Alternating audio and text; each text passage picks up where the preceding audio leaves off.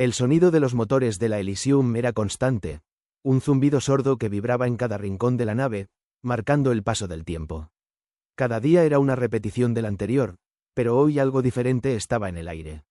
Algo que Lena no podía identificar, pero que sentía en lo profundo de su ser. Las noticias de la anomalía en Gliese 12b aún flotaban en sus pensamientos, pero había algo más. Un cambio silencioso que se extendía por los pasillos de la nave, como una sombra que acechaba a los tripulantes, impidiendo que pudieran ignorarlo. La nave había sido diseñada para durar siglos, pero los pasajeros a bordo no habían sido preparados para la verdadera duración del viaje. Al principio, la misión había sido clara: alcanzar un nuevo hogar. Pero a medida que pasaban las generaciones, la razón por la cual habían partido de la Tierra se desvanecía. Lena había escuchado historias de los ancianos, relatos sobre el planeta azul, de cómo los primeros colonos habían mirado al cielo y creyeron que podían construir una nueva civilización. Pero ahora, esas historias parecían tan lejanas como la misma Tierra. Para los jóvenes, como Lena, la Tierra ya no era más que un mito. Nadie en su generación había visto el sol brillar sobre los océanos de la Tierra, ni había sentido el viento acariciar la piel.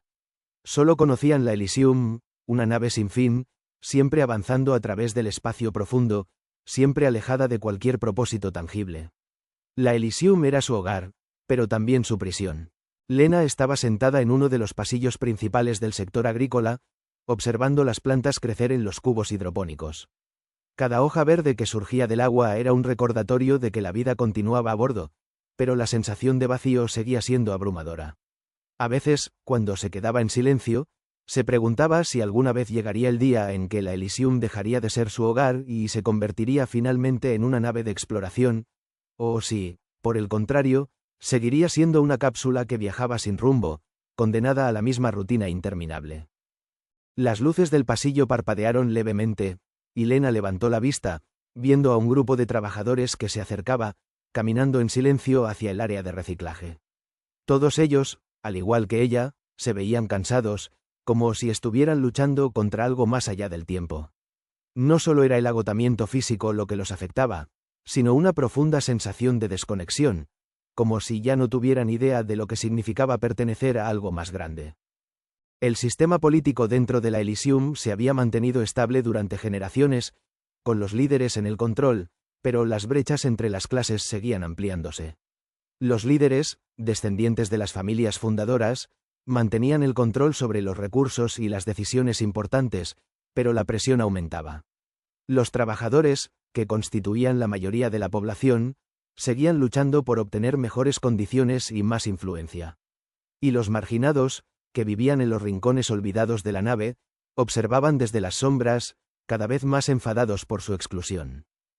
La tripulación estaba a punto de entrar en una encrucijada crítica. Las tensiones internas alcanzaban un punto máximo. La población estaba dividida entre los que aún creían en la misión original, los que querían encontrar una nueva forma de vida, y aquellos que simplemente querían sobrevivir. Había rumores de grupos que se organizaban en secreto, pidiendo una reforma en el gobierno de la nave, exigiendo una representación más equitativa. En los pasillos de los sectores inferiores, se hablaba de un cambio inminente, pero nadie sabía qué forma tomaría. Lena se levantó y comenzó a caminar hacia el centro de distribución de alimentos. Mientras lo hacía, observaba a su alrededor. Los rostros de los trabajadores, su gente, eran más jóvenes que nunca. Muchos no conocían nada más que este viaje. La idea de alcanzar Gliese 12b, de comenzar de nuevo, era una fantasía que los más jóvenes ya no creían. Para ellos, la misión se había convertido en un lastre, un objetivo vago que no podía competir con la realidad del día a día. Al llegar al centro de distribución, vio a una joven, Amina, que estaba ayudando a organizar las raciones para la siguiente generación. Amina era como Lena, nacida a bordo de la Elysium, su vida marcada por la nave, su rostro reflejando el cansancio y la resignación de una generación que ya no podía ver más allá de los confines de la nave. Amina levantó la vista al ver a Lena. ¿Qué piensas sobre todo esto?, le preguntó, su voz era suave pero cargada de inquietud.